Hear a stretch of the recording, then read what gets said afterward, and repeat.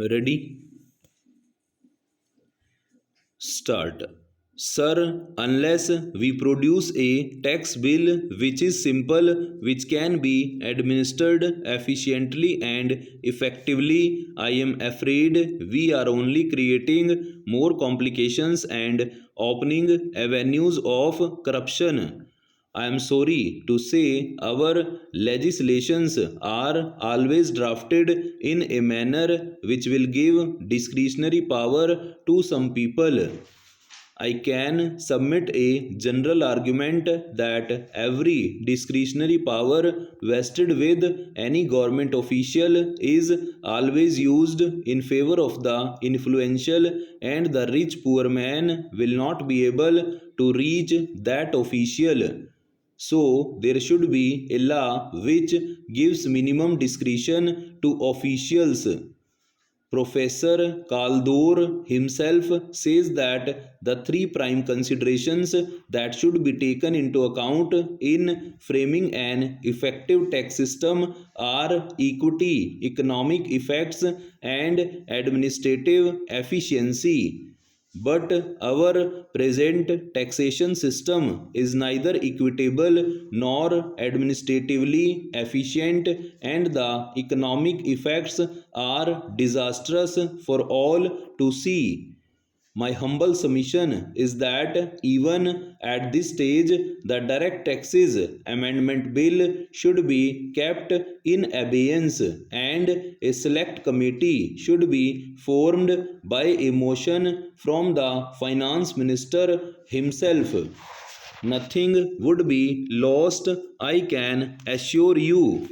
There is no hurry.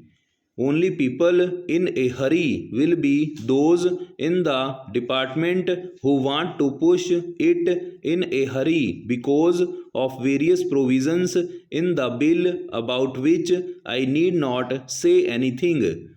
My humble request is that if we want to rationalize the tax system, the Direct Amendment Bill needs to be redrafted. Sir, on the corporation tax, we had great hopes that the tax will be more effectively collected. But what do we find now?